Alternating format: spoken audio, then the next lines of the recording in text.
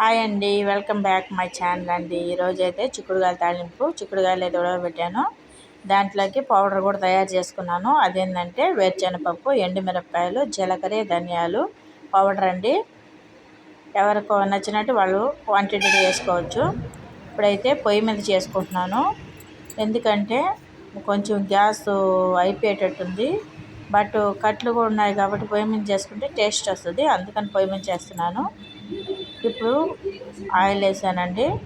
Oil అయితే కొన్ని తాలింపులకి కొద్దిగానే పడుతుంది, కొంచెమే వేసుకున్నాను.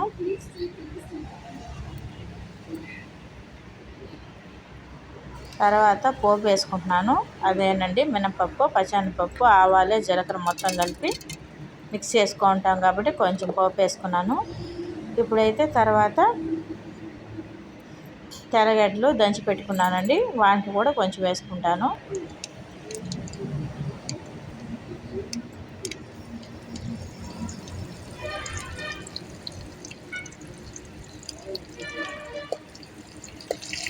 ఫ్రై చేసుకుంటున్నాను, స్మెల్ పోయేదాకా వచ్చేసిన. పొయ్యి అయితే సెగ చేతులకు వస్తూ ఉంది. అంటే పొయ్యి కంటిన్యూగా అలవాటు ఉంటే అదేం కాదు, అప్పుడప్పుడు చేసేది కదా. ఇప్పుడైతే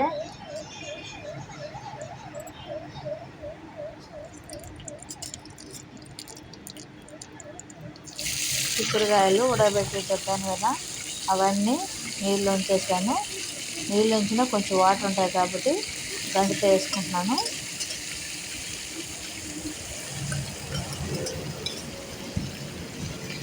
మీరు కానీ ఇలా చేసినా చాలా సూపర్గా వస్తుంది. ఈజీ అండి,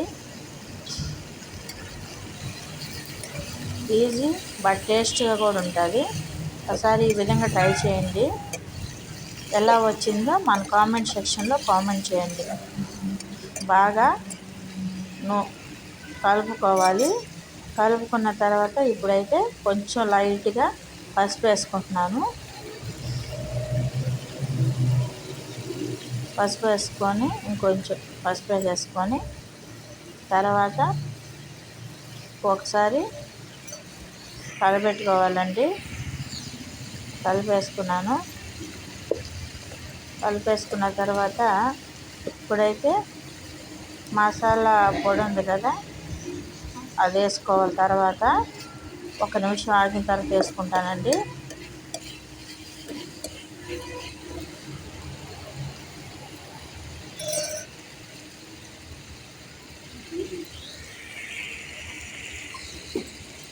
ఇప్పుడైతే మసాలా పొడి కొంచెం, అది పప్పులు వేరుశెనగపప్పులు కదా, కొంచెం అది మెత్తగా ఉంటుంది, చెమ్మగా అనిపిస్తుంది. అందుకని మొత్తము ఉండలు లేకుండా కలుపుకుంటున్నాను. మళ్ళీ ఉండలు పడితే అసహ్యంగా మళ్ళీ కలుపుకోవడం కష్టం అవుతుంది కాబట్టి కలిపి పెట్టేశాను. ఇప్పుడైతే ఆ పౌడరు మనకి ఒక్కొక్కరికి ఒక్కో రకంగా తింటారండి. మనకు రుచికి సరిపడంత పౌడర్ చల్లుకోవాలి. నేను పౌడర్ అయితే వేసుకుంటున్నాను.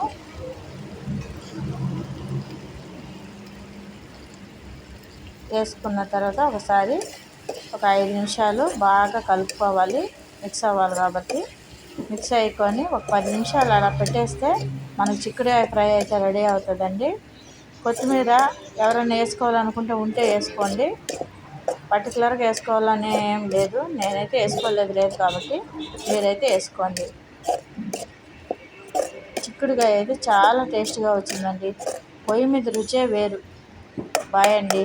వీడియో నచ్చితే లైక్ చేయండి, సబ్స్క్రైబ్ చేసుకోవడం మాత్రం మర్చిపోకండి. Please like, share, subscribe my channel.